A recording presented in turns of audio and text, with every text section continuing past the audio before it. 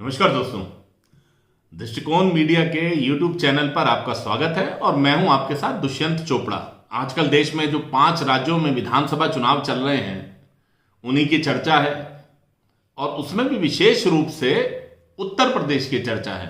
अब जबकि उत्तर प्रदेश चुनाव के 2 चरण पूरे हो चुके हैं, वोटें डाली जा चुकी हैं और वहां लड़ने वाले विधायकों का, वहां लड़ने वाले प्रत्याशियों का भविष्य ईवीएम में बंद हो चुका है। और इसके साथ साथ गोवा का चुनाव पूरी तरह से संपन्न हो गया, उत्तराखंड का चुनाव पूरी तरह से संपन्न हो गया। लेकिन सबसे ज्यादा सरगर्मी और सबसे ज्यादा चुनावी चर्चा जो है वो उत्तर प्रदेश को लेकर है, क्योंकि उत्तर प्रदेश ना केवल देश का सबसे बड़ा राज्य है, सबसे ज्यादा मेंबर ऑफ पार्लियामेंट भेजता है, एक बहुत बड़ी उसकी विधानसभा है 400 से ऊपर विधायकों की, लेकिन उसके साथ साथ ये माना जाता है कि संसद का रास्ता या केंद्रीय सरकार का रास्ता उत्तर प्रदेश से होकर जाता है। अगर आप पिछले 1 महीने से लगातार जो मेन स्ट्रीम चैनल्स हैं, न्यूज चैनल्स हैं और जो यूट्यूब चैनल्स हैं, उन पर आप देखेंगे लगातार इस बात को लेकर चर्चा हो रही है कि कौन जीत रहा है, कौन हार रहा है। जहां एक और सभी न्यूज चैनल या अधिकांश न्यूज चैनल, लगभग सभी न्यूज चैनल ये साबित करने में लगे हुए हैं कि जयंत चौधरी और अखिलेश यादव का गठजोड़ जो है, ये जो गठबंधन है, ये बहुत बढ़िया करने जा रहा है। इनका वोट परसेंटेज 35% बता रहा है, कोई 36% बता रहा है। लेकिन साथ में वो ये भी बता रहे हैं कि बीजेपी सबसे बड़ी पार्टी के रूप में आ रही है, उसको 41% वोट मिलने जा रहे हैं, सरकार योगी आदित्यनाथ दोबारा बनाने जा रहे हैं।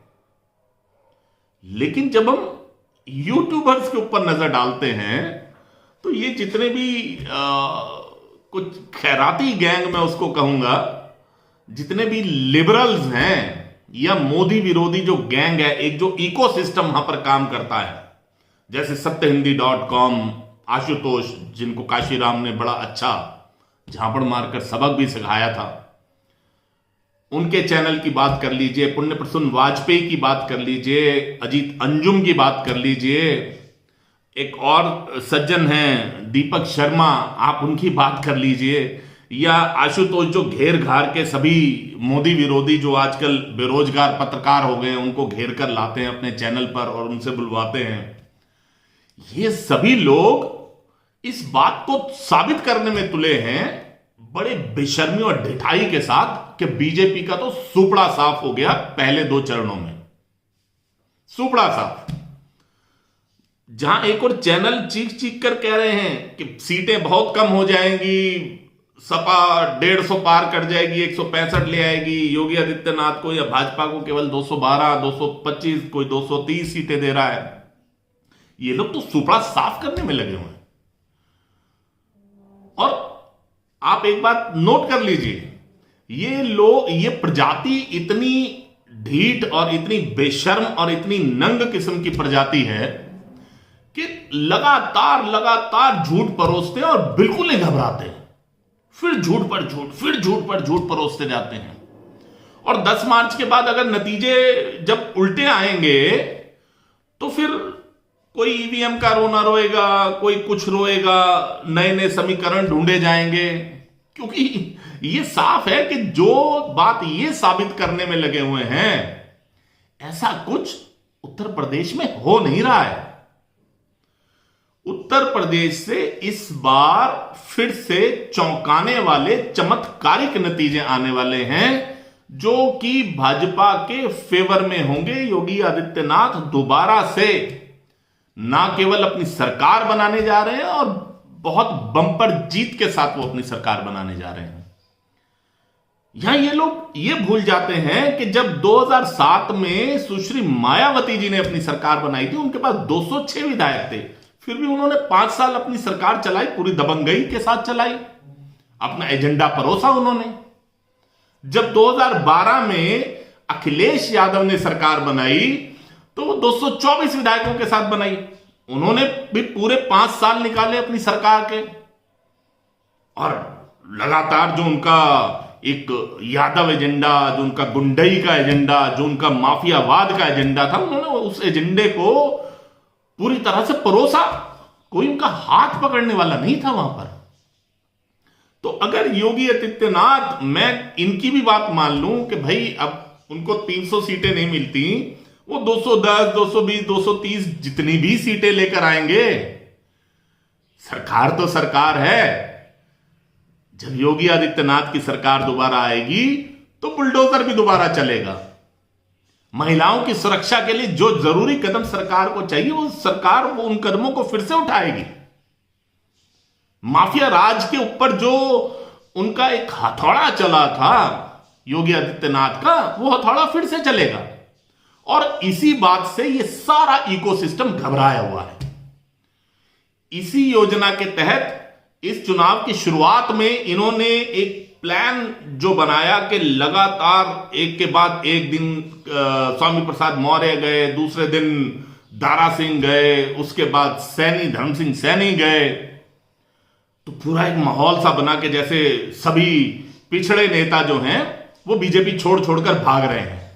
कहीं ना कहीं बीजेपी भी उस दबाव में आई।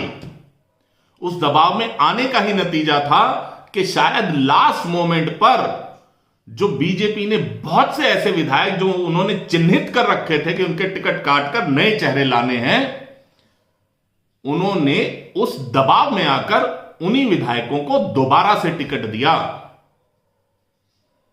जिनके जीतने की संभावना नहीं थी, जिनका पर्सनल लेवल पर विधायक के स्तर पर एक एंटी इनकम्बेंसी या उनका घोर विरोध उनके अपने एरिया में था। भाजपा उस दबाव में आई। अभी उसके बाद सेकंड इन्होंने ये हिजाब का सिस्टम शुरू किया। हिजाब हिजाब हिजाब, कुछ लोगों को लगा कि ये तो भाजपा वालों ने किया है, या भाजपा इसके पीछे है, या भाजपा इसका फायदा उठाएगी। लेकिन ऐसा नहीं है दोस्तों। उसके पीछे भी इस इकोसिस्टम की, इस लिब्रांडो ग्रुप की एक सोची समझी साजिश थी, एक योजना थी।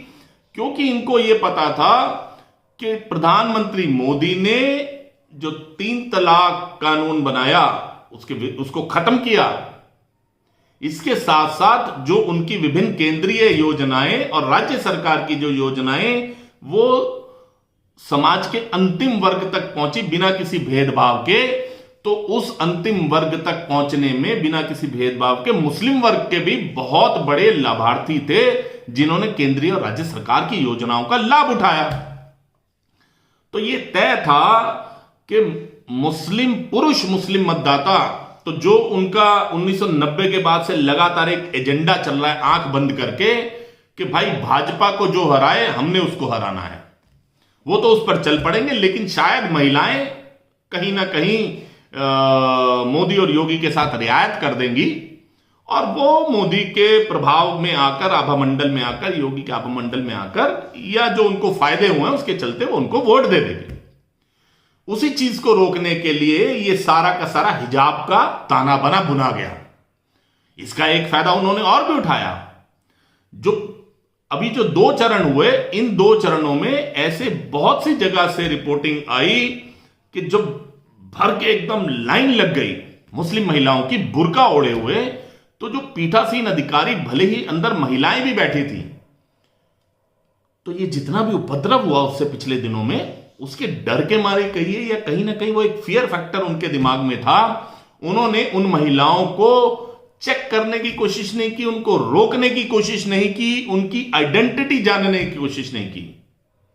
जबकि फैक्ट ये है, ग्राउंड रिपोर्ट ये है कि जितने भी मुस्लिम मतदाता गए हुए थे उनको ये इंस्ट्रक्शन थी, वो वहां पर 2-2 अपने आइडेंटिटी कार्ड लेकर जा रहे थे। उनको कहा गया था भैया आप अपना आधार कार्ड लेकर जाइए, आप अपना वोटर कार्ड लेकर जाइए, आप अपना पासपोर्ट लेकर जाइए, आप कुछ भी 2-2 आइडेंटिटी लेकर जाइए। यहां तक कि उनको एक एक पेन भी देकर भेजा गया था कि जाइए वोट डलना जरूरी है। तो ये जो मुस्लिम समाज की तरफ से एक योजनाबद्ध तरीके से इस बात को इंपोज करने की कोशिश की गई, उसका ही नतीजा था कि दूसरा फेज आते आते जब दोपहर बाद ये वाली चीज कुछ भाजपा कार्यकर्ताओं ने चुनाव आयोग की जानकारी में लाई कि इस तरह से मुस्लिम महिलाएं बिना किसी आइडेंटिटी के वोट डाल रही हैं और डर के मारे उनको रोका नहीं जा रहा, तब उसके बाद कहीं ना कहीं चुनाव आयोग उसके एक्शन में आया। लेकिन फिर भी उससे पहले तक और पहले चरण में जो होना था वो हो चुका था। पर बावजूद इसके यह कोई आकलन नहीं है, यह कोई राजनीतिक विश्लेषण नहीं है, जो ग्राउंड से हमारे पास रिपोर्ट आई है दृष्टिकोण मीडिया के पास, उसके अनुसार भाजपा पहले चरण में और दूसरे चरण में जिस तरह से एक हवा फैलाई जा रही है, उस हवा के विपरीत बहुत अच्छा प्रदर्शन करने जा रही है। अगर मैं सीटों की बात करूं, हालांकि सभी लोग अपना सीटों का आकलन बाद में बताते हैं, मैं अभी से बताता चलूं कि प्रथम चरण में जो 58 सीटों का चुनाव हुआ, जिसमें 2017 में भाजपा ने 53 सीटें जीती थी, इस बार भी उसको कुछ सीटों का अगर नुकसान, मैं अगर लगा रहा हूं, अगर उनको नुकसान हुआ भी तो वो इतना बड़ा नुकसान नहीं होने जा रहा जितना कि दर्शाया जा रहा है, जितना कि चित्रित करने की कोशिश की जा रही है। भाजपा निश्चित रूप से 45 से 50 सीटें प्रथम चरण में लेने जा रही है, जीतने जा रही है। अगर हम द्वितीय चरण की बात करें तो द्वितीय चरण की जिन 55 सीटों में से पिछली बार भाजपा को 38 सीटें प्राप्त हुई थी, सपा को 15 सीटें प्राप्त हुई थी, कांग्रेस को 2 सीटें प्राप्त हुई थी, उसमें भी बावजूद इसके कि ये मुस्लिम बहुल क्षेत्र की सारी सीटें थीं, लेकिन अभी मैं उस पर आऊंगा कि मैं अपनी बात को साबित करने की आपके सामने कोशिश करूंगा, प्रयास करूंगा कि मैं ये बात क्यों कह रहा हूं। इसमें भी भाजपा को कोई बहुत बड़ा नुकसान होने नहीं जा रहा, बावजूद सभी अंतर विरोधों के, बावजूद सभी तरह की विपक्ष द्वारा बनाई गई रणनीति के, भाजपा हर हालत में 35 सीटों का आंकड़ा द्वितीय चरण में छूने जा रही है, यह निश्चित है। 10 तारीख को आप ये वीडियो सेव करके रख लीजिए, आप मिलान कर लीजिएगा, जब नतीजे आएंगे तो भाजपा इससे नीचे नहीं जाएगी, इसके ऊपर जाए तो कोई बड़ी बात नहीं होगी, कोई आश्चर्य की बात नहीं होगी। हालांकि ये जो मैं आकलन कर रहा हूं, इसमें बहुत से ऐसे हमारे YouTube के मित्र, बहुत से ऐसे मीडिया के मित्र शायद ये समझे कि मैं कोई अतिशयोक्ति बोल रहा हूं, क्योंकि उनका भी आकलन ये है कि भाजपा की सीटें कम हो रही हैं, काफी कम हो रही हैं, और वो पूरी तरह से कहीं ना कहीं राष्ट्रवादी विचारधारा वाले ही लोग हैं। लेकिन आज के दिन, आज का जो समय है, उस समय में आप उत्तर प्रदेश के चुनाव का विश्लेषण अगर परंपरागत तरीके से करेंगे, जो वर्षों से चलता आया है, तो आपका विश्लेषण फेल होना तय है, उसको गलत साबित होना तय है। क्योंकि 2014 में नरेंद्र मोदी के प्रधानमंत्री बनने के बाद और 2017 में उत्तर प्रदेश में योगी आदित्यनाथ के मुख्यमंत्री बनने के बाद से राजनीति का चाल, चरित्र, चेहरा पूरी तरह से बदल गया है। जहां अब से पहले तक ये सपा अनुमान लगाया करती थी कि मुस्लिम को यादव के साथ मिला लो तो मुस्लिम यादव गठजोड़ हुआ, हमारी सरकार बन जाएगी, या इधर पश्चिम उत्तर प्रदेश में जाट के साथ मिलेंगे तो जाट और मुस्लिम मिलेंगे, साथ में यादव वोट मिलेगा तो हमारा समीकरण बनेगा, सरकार बन जाएगी। इसी तरह बहन मायावती का भी आकलन यही होता था कि दलित वोटों के साथ मुस्लिम वोटों को जोड़िए और डीएम फैक्टर बनाइए और सरकार बना लीजिए। यानी कि केंद्र बिंदु मुस्लिम वोटर ही था, जिसको कि ये सभी पार्टियां, पूर्व में कांग्रेस और बाद में बसपा और सपा ने अपने लिए हाका, उनका शोषण किया और पूरी तरह से उनकी एक मानसिकता रहती है भाजपा को हराने की मानसिकता, उस मानसिकता का फायदा उठाकर इन्होंने लगातार अपनी सरकारें उत्तर प्रदेश में और बाकी भी कई राज्यों में बनाई। बिहार भी उसका उदाहरण है। लालू ने भी MY समीकरण बनाया मुस्लिम यादव का, और लंबे समय तक बिहार में राज किया।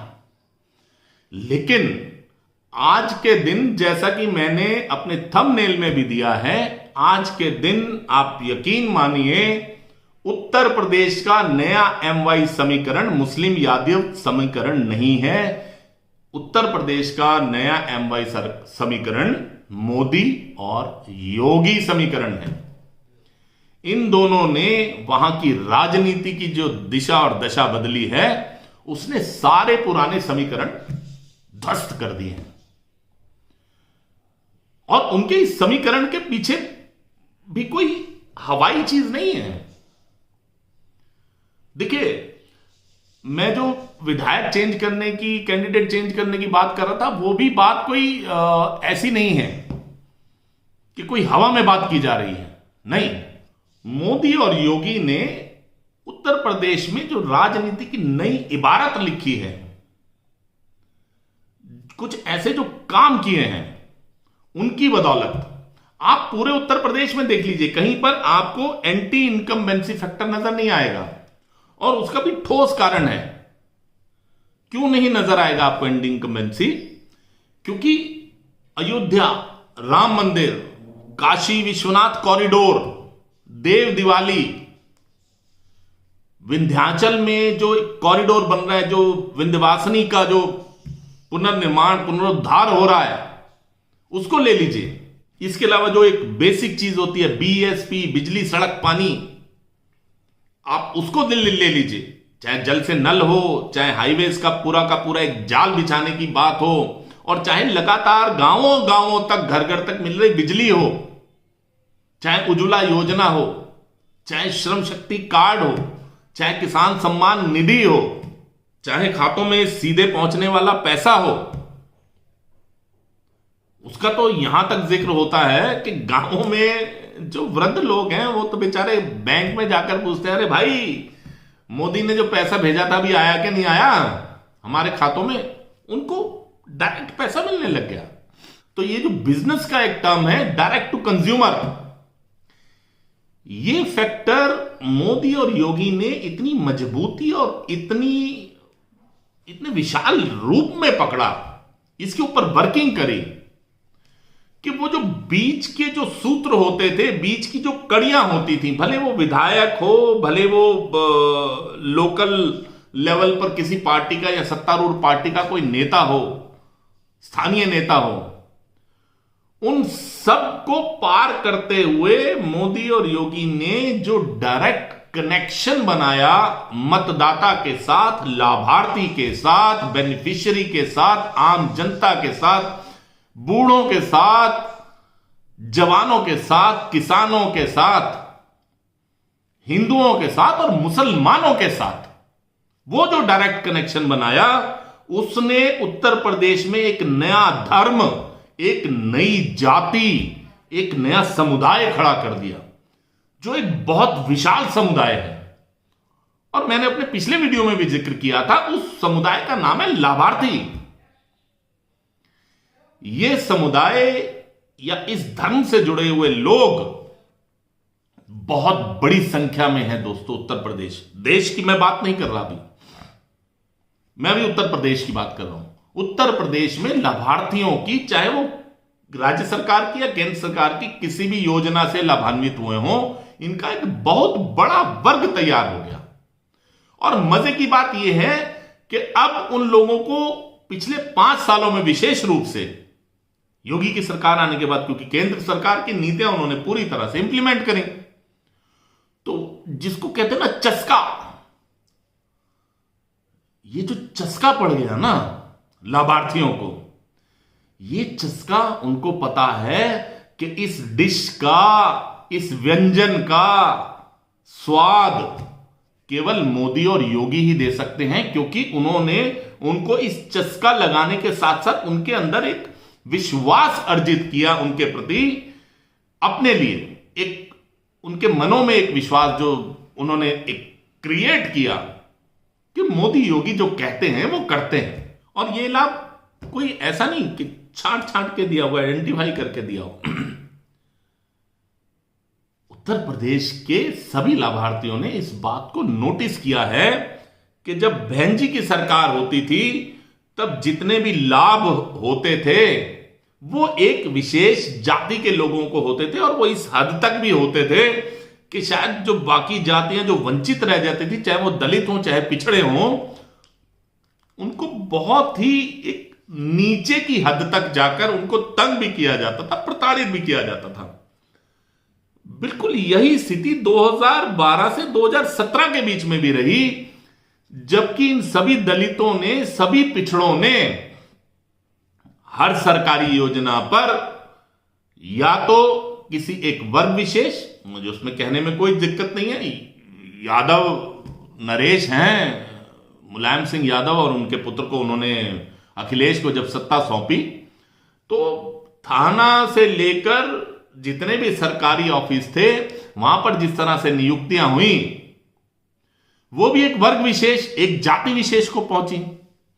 लेकिन पिछले 5 सालों में यह सारा का सारा जितना भी नजारा था यह बदल गया।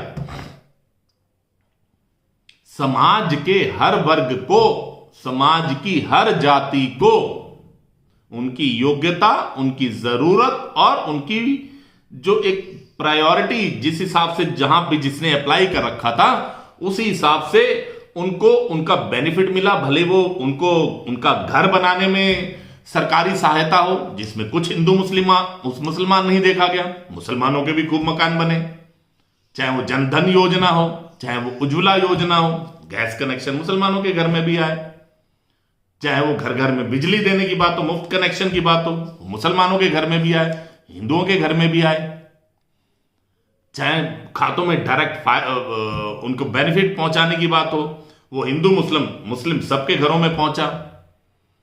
यहां मैं सिर्फ हिंदू और मुस्लिम कह रहा हूं, आप इस बात पर गौर कीजिए। यह बहुत बड़ी विडंबना है कि इस देश में, विशेष रूप से यूपी और बिहार में, जब सभी राजनीतिक विश्लेषक बात करते हैं तो बात करते हैं कि इस सीट पर मुस्लिम है 20% और जाट 15%, यादव इतने %, ब्राह्मण इतने %, पंजाबी इतने %, बनिए इतने %। हिंदू की तो बात ही नहीं होती थी। तो ये जो जाति व्यवस्था का जो कुचक्र था, ये कुचक्र जो पिछले 5 साल में टूटा, इसको समाज के हर वर्ग ने, यानी कि जितने भी हिंदू समाज के लोग थे, उन्होंने देखा, महसूस किया, उसका फायदा उठाया। उन्होंने यह भी देखा कि मुस्लिम परिवारों को भी पूरा बेनिफिट हो रहा है, यह देखा उन्होंने। लेकिन अभी ये जो चौंकाने वाले नतीजे आएंगे ना, जिसको ये लिब्रांडो, ये सारा इकोसिस्टम, और यहां तक भी मैं कहना चाहूंगा जो राष्ट्रवादी, जो एक घोर राष्ट्रवादी पत्रकार लोग हैं जो यूट्यूब पर हैं या किसी भी चैनल में बैठे हैं, वो भी इस चीज को पढ़ नहीं पा रहे, क्योंकि वो परंपरागत तरीके से चीजों का आकलन कर रहे हैं। मुझे पूरा विश्वास है कि 10 तारीख को जब नतीजे आएंगे, दृष्टिकोण मीडिया का यह आकलन गलत साबित नहीं होगा। आप उत्तर प्रदेश को जब राजनीतिक जिस भी चश्मे से देख रहे हैं, उसको परंपरागत तरीके से देखना बंद कर दीजिए। यहां पर MY का मतलब मोदी और योगी है, यहां पर धर्म का मतलब हिंदू और मुसलमान है, ये जान लीजिए। ये जो जितना भी यहां का हिंदू वर्ग है, वो इस बात को देख रहा है कि जितने भी मुस्लिम समाज के लोग हैं, उनका एकमेव लक्ष्य है कि योगी दोबारा नहीं आना चाहिए। तो भाई, अगर वो वर्ग सभी लाभ लेने के बावजूद, सरकारी योजनाओं की हर तरह का उनको फायदा पहुंचा, उसके बावजूद भी ऐसा क्यों है, वो इतना दिग्भ्रमित क्यों है, उसको इतना ज्यादा ब्रेन वॉश क्या कर दिया गया है। यहां पर अभी सबसे बड़े मुद्दे की तो मैं बात ही नहीं कर रहा हूं, अभी तक कर नहीं पाया। सुरक्षा, कानून व्यवस्था, यह अकेला एक ऐसा मुद्दा है जो बाकी भाजपा द्वारा किए गए, योगी मोदी द्वारा किए गए हर काम के ऊपर हावी है। उत्तर प्रदेश के लोगों ने ये इकोसिस्टम के लोग ये जान लें कि जैसे किसी दल को या किसी परिवार को सत्ता का स्वाद लग जाता है और वो उसके बिना छटपटाता है जब उसको वो स्वाद नहीं मिलता। कांग्रेस इसका बहुत बड़ा उदाहरण है। और ये सारे लिब्रांडो गैंग के जितने भी पत्रकार हैं ना, जो अपने अपने यूट्यूब चैनल पर अनर्गल प्रचार करते रहते हैं मोदी और योगी के खिलाफ, उनका सुपड़ा साफ होने की बातें करते हैं, ये भी उस स्वाद से वंचित हैं, इसीलिए छटपटा रहे हैं। कांग्रेस भी इसीलिए छटपटा रही है, समाजवादी पार्टी भी इसीलिए छटपटा रही है। क्यों? क्योंकि उनको सत्ता का जो स्वाद लगा है वो स्वाद से दूर हो गए हैं, वंचित हो गए हैं। और यही स्वाद जो है डायरेक्ट बेनिफिट का स्वाद,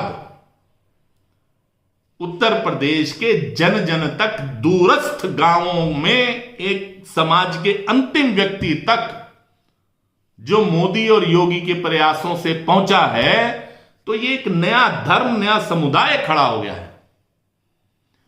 और उसको बड़ी अच्छी तरह से पता है। वो 2007 से 2012 का जमाना भी देख चुका, वो 2012 से 2017 का जमाना भी देख चुका, बसपा की सरकार भी देख चुका, सपा की सरकार भी देख चुका।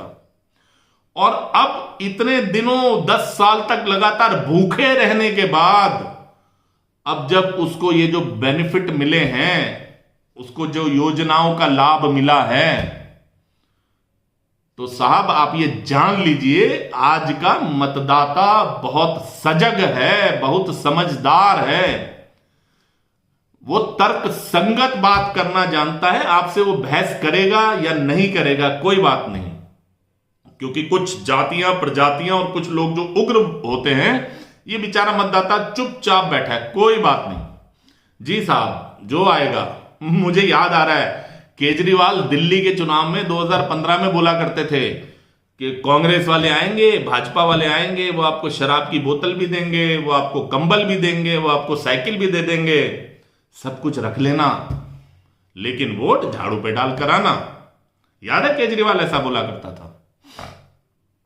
तो ये जो दबा कुचला समाज जिसको उभारा है मोदी और योगी ने, जिसके अंदर रक्त का संचार किया है, एक स्फूर्ति आई है जो उस समाज के अंदर, दबे और कुचले समाज के अंदर, भले वो दलित हो और भले वो जाटव हो या नॉन जाटव हो, भले वो पिछड़ा हो, यादव हो या नॉन यादव हो, उन्होंने ये जो स्वाद चखा है, इसके बाद उनके पास सपा जाए, चाहे बसपा जाए, चाहे कांग्रेस जाए, चाहे ये लिब्रांडू जाए, चाहे अजीत अंजुम जाके उनके मुंह के अंदर माइक ठूसे, और चाहे ऐसे हाथ करके पुण्य प्रसून वाजपेयी अपने ड्राइंग रूम में कुछ भी कहते रहे, उन्होंने जो एक स्वाद चख लिया, यह स्वाद उनको भा गया है। और यह स्वाद के ऊपर MY यानी मोदी और योगी का जलवा छा गया है। आप ये बात नोट करके रखिए कि भारतीय जनता पार्टी बंपर जीत के साथ, प्रचंड बहुमत के साथ उत्तर प्रदेश में अपनी सरकार बनाने जा रही है। उत्तर प्रदेश की सभी महिलाएं जात पात से ऊपर उठकर, और यहां तक कि मैं कहूंगा चुपचाप थोड़ा सा धर्म से भी ऊपर उठकर भारतीय जनता पार्टी को वोट दे रही हैं, योगी आदित्यनाथ को वोट दे रही हैं। आप चुनाव के आंकड़े देख लीजिए चुनाव आयोग के। 2012 के बाद 2014, 2014 के बाद 2017, 2017 के बाद 2019, लगातार वोटिंग परसेंटेज में महिलाओं का प्रतिशत बढ़ रहा है। ये एक संकेत है।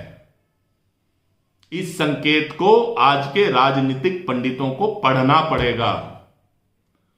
जब 10 मार्च को उत्तर प्रदेश के नतीजे आएंगे, तो उसके बाद से चुनाव विश्लेषण की एक नई विधा, एक नया रास्ता खुलेगा। वो रास्ता ये होगा कि जहां पर बात करेंगे कि किसी सीट पर इतने मुसलमान हैं और इतने हिंदू हैं, साथ में यह भी बात की जाएगी कि इस सीट पर इतने लाभार्थी हैं। अगर असली रिजल्ट तक पहुंचना है तो हर सर्वेक्षणकर्ता को गांव गांव तक, गली गली में जाकर यह पता करना पड़ेगा कि वहां पर रहने वाली जनता के अंदर कितने लोगों तक सरकारी योजनाओं का लाभ पहुंचा है, डायरेक्ट उनके बैंक में पहुंचा है या उनके घर में पहुंचा है, वो किसी भी रूप में हो। ये मेहनत तो अब सभी सर्वे एजेंसियों को करनी ही पड़ेगी। आप अपने ऑफिस के कमरे में बैठकर पुराने आंकड़ों को देखकर चुनाव का अंदाजा नहीं लगा पाएंगे। मुझे आशा ही नहीं, विश्वास है मैंने आज जो चर्चा आपके साथ की वो आपको अच्छी लगी होगी। अच्छी लगी हो या ना भी लगी हो, कृपया आप अपने कमेंट करके मुझे अपनी राय जरूर दीजिए।